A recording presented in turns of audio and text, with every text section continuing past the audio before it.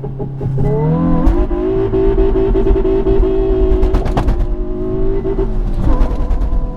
guys, follow me on Instagram to never ever miss any of my crazy updates.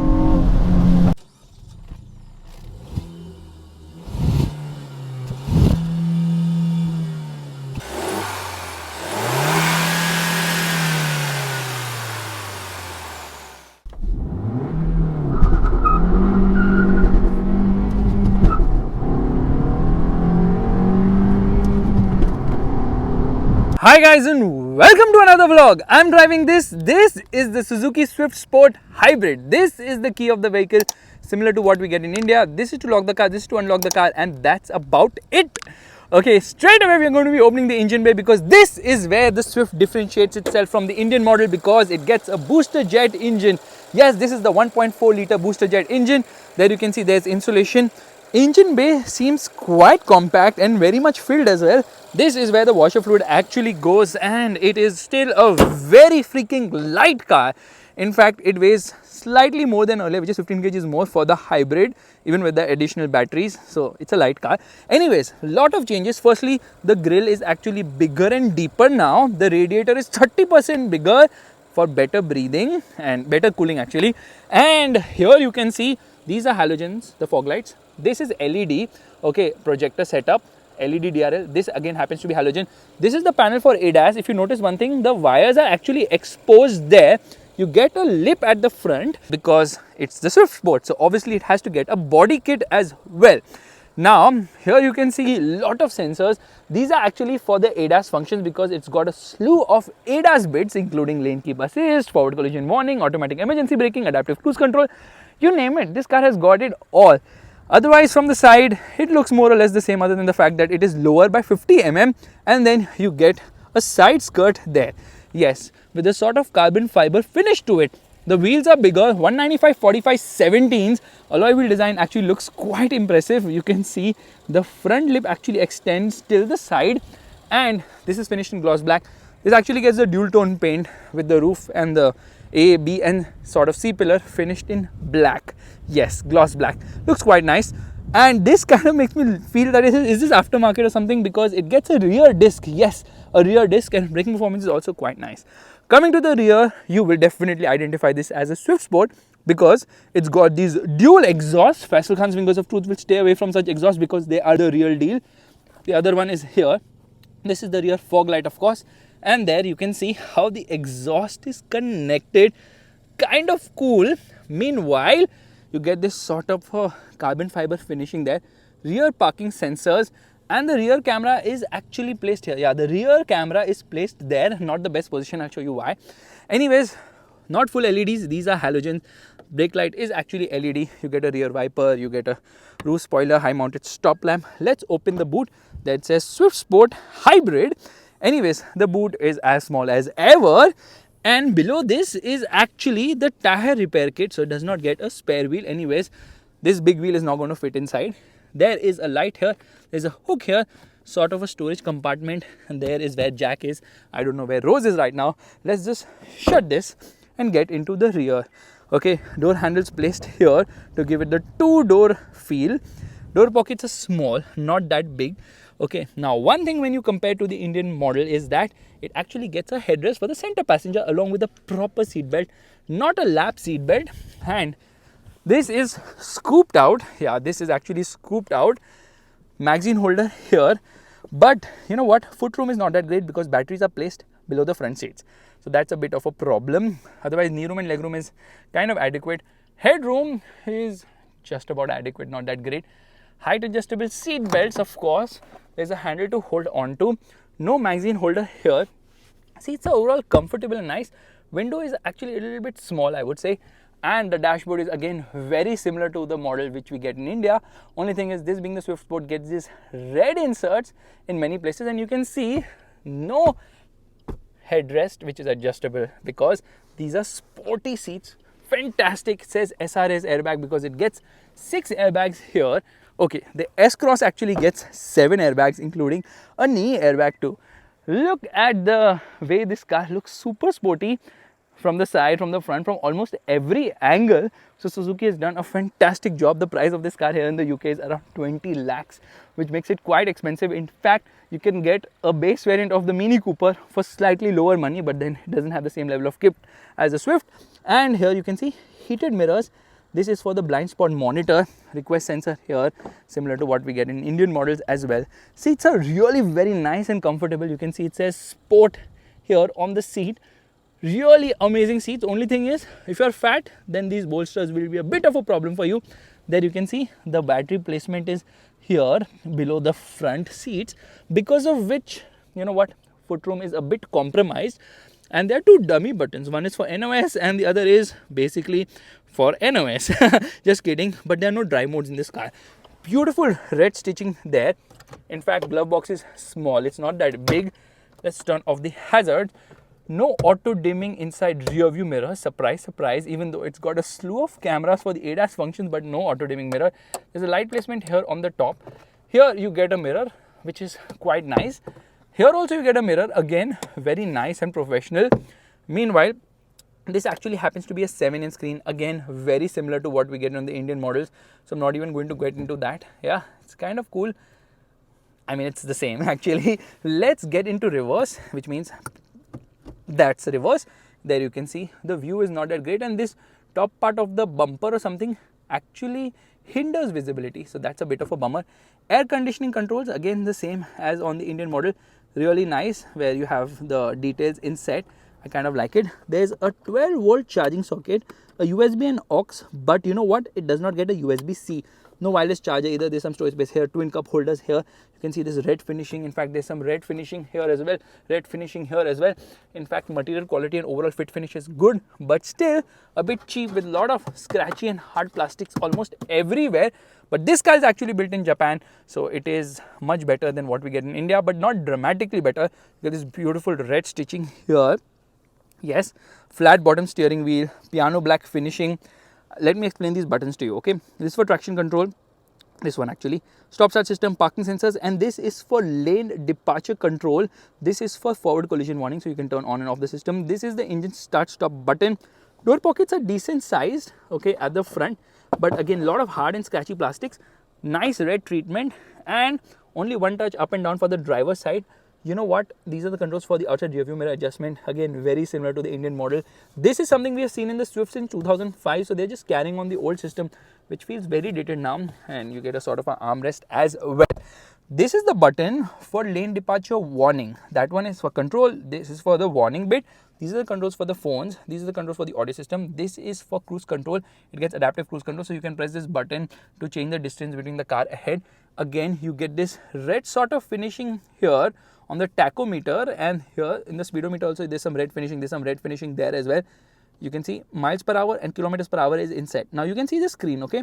I can show you a lot of things. It's telling me what's the fuel efficiency like. 16 kilometers per liter is not bad at all. Okay, so a lot of things which you get in Indian models as well. However, this is the clock actually. Okay, this is the front and rear parking sensors. But you know what is different here? Okay, this power and torque meter obviously you get in a lot of Indian models as well, and their acceleration and brake graphs. But it also shows you the turbo boost. Yeah, how cool is that? What is the boost like? In fact, it also gets a meter which shows you how the hybrid system is working. So yes, it's quite loaded, and they're showing you the display in kilometers per hour. You can change it obviously, but that's a digital display. Now the thing is, if I want to make it half, I press this button and there it becomes half. Okay, now on the top, it's just going to show me the lane departure warning bit, and then everything becomes half. The problem is now when it does road sign detection now, and all of a sudden the speedometer becomes gayab. So that's a bit of a ergonomic flaw. Wipers work decently well. Yeah, and you know what? The headlights get the auto function, but the lever is on the left side, unlike in the Indian model where it is on the right side. So some switches have been made for the UK market, of course.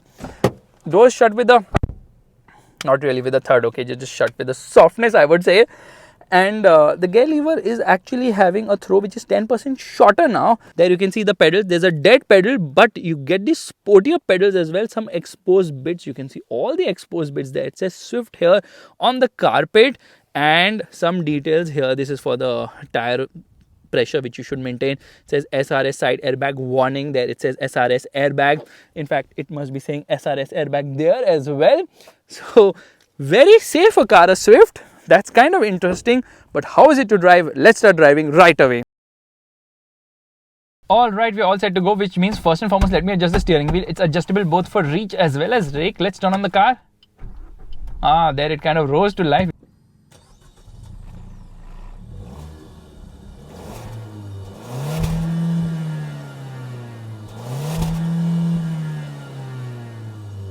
You can see that thing turns on, the blind spot monitor. The Suzuki logo comes here, hazard lights off. Traction control also we will turn off, which means keeping the space for almost 4-5 seconds. Yeah, their traction control is off. Along with that, active brake assist is also off. Revving the motor, and we go off smoothly, because let me tell you that performance is actually a world apart here thanks to this 1.4 liter booster jet engine. It really makes a big difference, and that is the difference between Indian and global Suzuki models, the engine. This turbo motor we really need in India actually. Okay, now again, why have I stopped? Because we're going to launch it. Revving the motor, revs to 5000 rpm. Ho, ho, ho, ho, ho. Pull is absolutely phenomenal. This engine really pulls strongly, and the brakes are also very strong. In fact, mid-range grunt is fantabulous. This is a 1.4 liter booster jet engine which produces 129 PS of power and 235 Newton meters of torque. Turbocharged, of course, direct injection and all that stuff, that is expected, right? However, the difference here is that mild hybrid tech, the batteries on which I'm sitting on both the front seats, the batteries are below it actually. This gives it an additional boost of 10 kilowatt at 3000 rpm, which is around 13 horsepower, and 53 Newton meters at just 500 rpm. That is the reason why the turbo lag is so well contained in this car. You can't feel any lag whatsoever thanks to the beautiful hybrid system which gives it low end grunt. So it has torque assist, it has got stop start system, it's got regenerative braking, it has got all that, and it really results in stupendous low end performance. Mid range is the real highlight here, and top end isn't that bad. Obviously it's not as high revving as a typical Suzuki motor, although nowadays typical Suzuki motors don't rev, but the older G13B and all that used to really rev the nuts out at higher end of the rev range. It doesn't get very vocal in the top end as such. It's smooth, it's refined, but yes, you can feel a bit of throatiness. The sound is a bit subdued. So with Euro 6 now, this car has not only got a subdued sound, but also lesser performance. So earlier it used to produce 139 PS or something of that sort. So power is actually decreased by 10 horsepower. And along with that, unfortunately, the 0 to 100 km per hour timing has also gone down, rather up by 1 second. Yeah, it is slower by 1 second when compared to before, so it is not as fast as it was earlier here. Yeah, this one takes 9.1 seconds to go from 0 to 100 kilometers per hour. The earlier model used to go from 0 to 100 kilometers per hour in 8.2 seconds. Yeah, 0.9 seconds faster.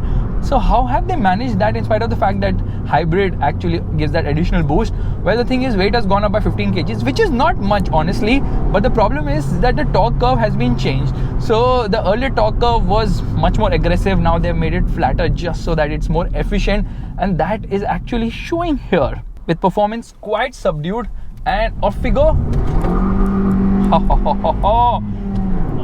My god, acceleration is nice. Okay, hazard lights on. We are going to launch it into first gear, and off we go.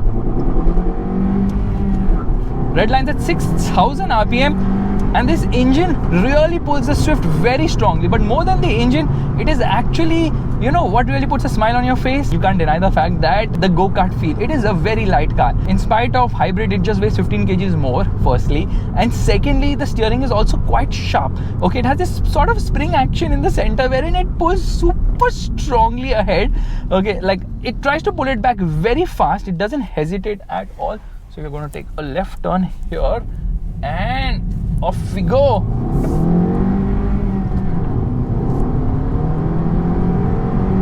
I wish the engine was a bit more vocal. It is not. That's kind of unfortunate.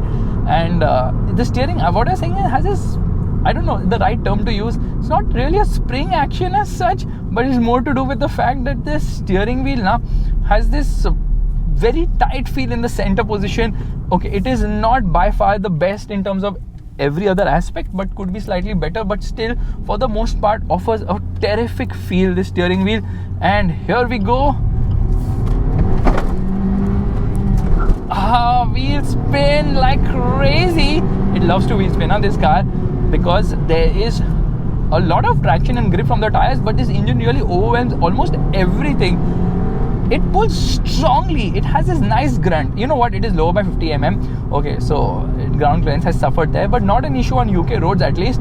And then the gear shift is also approximately 10%, rather the gear throws are 10% shorter as well, making the gearbox even better in terms of shifts. Okay, it's very nice and fun, and the clutch is also on the lighter side. It's quite well weight, but you look at the weight, oh my goodness, it absolutely feels so floaty. It might just take off any moment. That is the kind of acceleration it has to offer. And you know what, high speed stability is also fantastic. This is a car which actually feels slow wherever you drive it, because it is so much more capable. It's so light, it just feels like it can dart ahead within no time at all. Okay, it's got a slew of ADAS functions, lane keep assist, forward collision warning, all that. Okay, it tells you when you're going out of a lane, and then forward collision warning is a bit too aggressive. Even before you have crashed, it starts buzzing and ringing like crazy from 3 kilometers before only. Kind of makes you too alert and irritated as well, that it becomes so aggressive for reasons best known to Suzuki. And then the road sign detection also has an issue, because it can read speed signs, and the digital speedo vanishes when it reads a speed sign. Why? I want to see the digital speedo. That's more important to me. I got the road sign, but you know, they could have done that slightly better with this 4.2-inch screen. Apple CarPlay and Android Auto connectivity is also there in this car, and the ride is on the stiffer side. You can feel the bumps and all that over bad roads. Obviously, you can feel all that, but on good roads, this car is very nice and smooth and fun as well. Like, body roll is very well contained with the lower profile tires, grippy rubber, not the most grippy as such, along with the fact that you know what, they have managed to put all that power down beautifully well. People tune this car to pump in a lot more out of this engine. In fact, tuners are extracting like 180 horsepower and stuff from this engine, which makes it an absolute delight of sorts. And okay, the thing is, we've just come to a spot where we started from. We're going to take a quick U-turn. I forgot to tell you this, but four-wheel drive is also available, not with the Swift Sport, but it is actually available with, yes, the regular Swift. Four-wheel drive option is also available. That's kind of cool. Picking it up. Motor loves to rev so quickly. It's a 6-speed gearbox. Fuel efficiency depends on your driving style, so you know, you can get somewhere between around 10 to 15 kilometers per liter. Here we're going to stop. Brakes are so strong. I caught my phone somehow because it was flying. Into first gear, revving the motor, and off we go.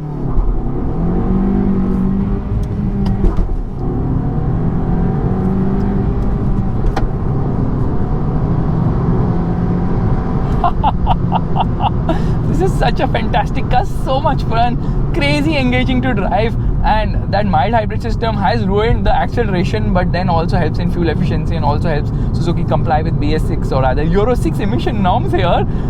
This is such a fun car, but the problem is the price is on the higher side. This car actually costs around 20 lakh rupees here in the UK, around 22,000 pounds, making it more expensive than the base version of the Mini Cooper. So yeah, it's got very expensive. I know it is made in Japan and quality levels are slightly better when compared to the Indian model, and obviously performance is breathtaking. But if launched in India, what Suzuki is going to do is going to put that 1.5 litre average of a mild hybrid engine in it and then launch it when the 1.4 litre booster jet is so good. I know it doesn't make as much power as Hyundai Kia's booster, rather turbocharged petrol engine, the 1.4 litre, which produces around 140 horsepower and 242 Newton meters of torque. So it's slightly down in that regard, but it's a hood to drive because of the lightweight. Somehow Suzuki manages to keep the cars very light in weight, and weight has nothing to do with safety as such, because this car is getting top-notch safety in terms of Euro NCAP here in the UK, in Europe as well, largely because this car has got better quality, better build, better safety, better structure, better rigidity, slew of ADAS functions, all that is there. The horn is as bad as it can get. It's really very bad. I hate the horn on this car. It could have been so much better. I can feel there's this continuous movement because the ride is on the stiffer side. There's no two ways about it. And off we go. This is a car I can drive day and night. This is a car I would buy without blinking an eyelid if launched in the Indian market, but it's not going to be launched because Suzuki keeps giving us boring cars all the time. This is a very engaging and fun car. Look at the way it maintains its line, is absolutely stellar, and the brakes are so good. Super sure-footed braking performance as well. Really makes you smile all the time. In fact, it's time to launch into first gear.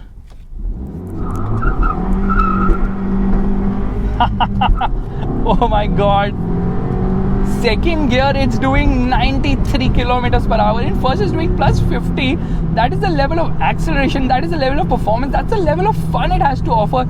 It just goes into a corner with so much engagement. This is a very fun and engaging car to drive. This is honestly fantastic. I love it. I love the Swift. I can't believe I like the Swift so much. I have had two Swifts in my family, and both were diesels, of course, because the petrol engine I've always found it hopeless, honestly. And with the dual jet, it's become even more hopeless. This engine has a character. It has a soul, and this is what really differentiates the Suzuki models which are sold abroad.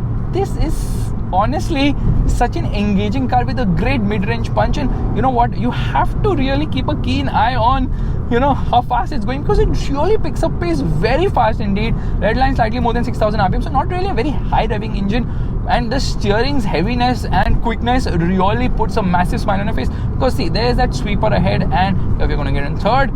Okay, check this out. It is just so accurate. You know exactly where the front wheels are pointing. That is the level of accuracy. That is the level of engagement, communication. Fantastic steering, fantastic handling, fantastic engine. Just the ride is on the stiffer side, which is fine. Nobody would mind it, honestly, considering the car is more oriented towards performance, and it really excels in that regard. Now, since we have not done the wiper test, now is the right time. Okay, nothing great in the wipers, just the same as what we have seen earlier before.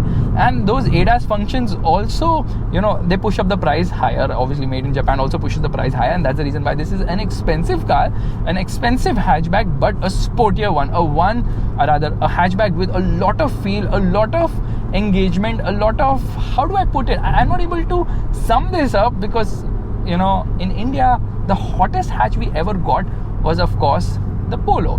But this is a car which puts a bigger smile than the Polo on your face, honestly, because unlike the Polo, which has a 3-cylinder 1-liter TSI engine, which is not that soulful, this engine definitely feels very soulful. Top speed is 210 kilometers per hour or whereabouts. Fantastic. Okay, the stop start system always says it's not available. When is it available? Let's just switch this right now, and let me get into the power and torque meters. Okay, there we are. All right, into first gear, revving the motor, and we are gone as well. That's how fast it accelerates. Oh, by the way, this thing has also got high beam assist and all that, so many crazy features, but this is kind of stupid. Anyways, lovely. What a beautiful car. So guys, this is my vlog of the the Suzuki Swift Sport Hybrid, and it is really very engaging to drive. It's a fun car, but a bit pricey. However, in India, we should get something like this, at least, if not the car. We definitely deserve and need that 1.4 liter booster jet petrol engine, because that turbo power is unbelievable. In fact, here I'm just going to put the boost meter, and off we go. Oh my god, full max boost and crazy pull as well. Bye bye.